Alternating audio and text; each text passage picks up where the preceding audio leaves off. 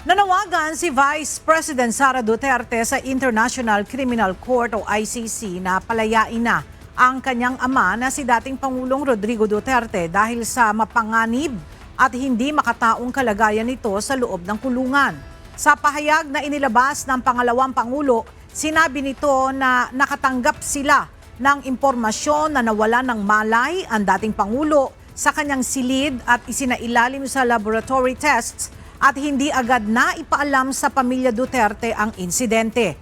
Mariinding tinutulan ni VP Sara ang isinagawang welfare check ng pamahalaan sa ICC Detention Center na anyay malinaw na pang-aabuso sa karapatan ng kanyang ama.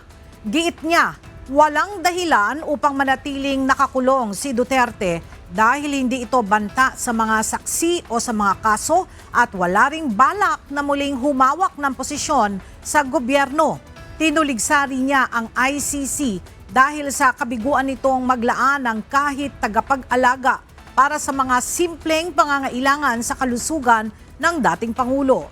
Samantala, sa inilabas na pahayag ni Attorney Nicholas Kaufman, kinumpirma nito na ilang beses nang nadapa at nawalan ng malay ang matandang Duterte sa loob ng selda at kinailangang dalhin sa ospital para masuri sa posibleng pinsala sa ulo. Bagay na hindi napaalam kahit sa legal counsel ng dating Pangulo.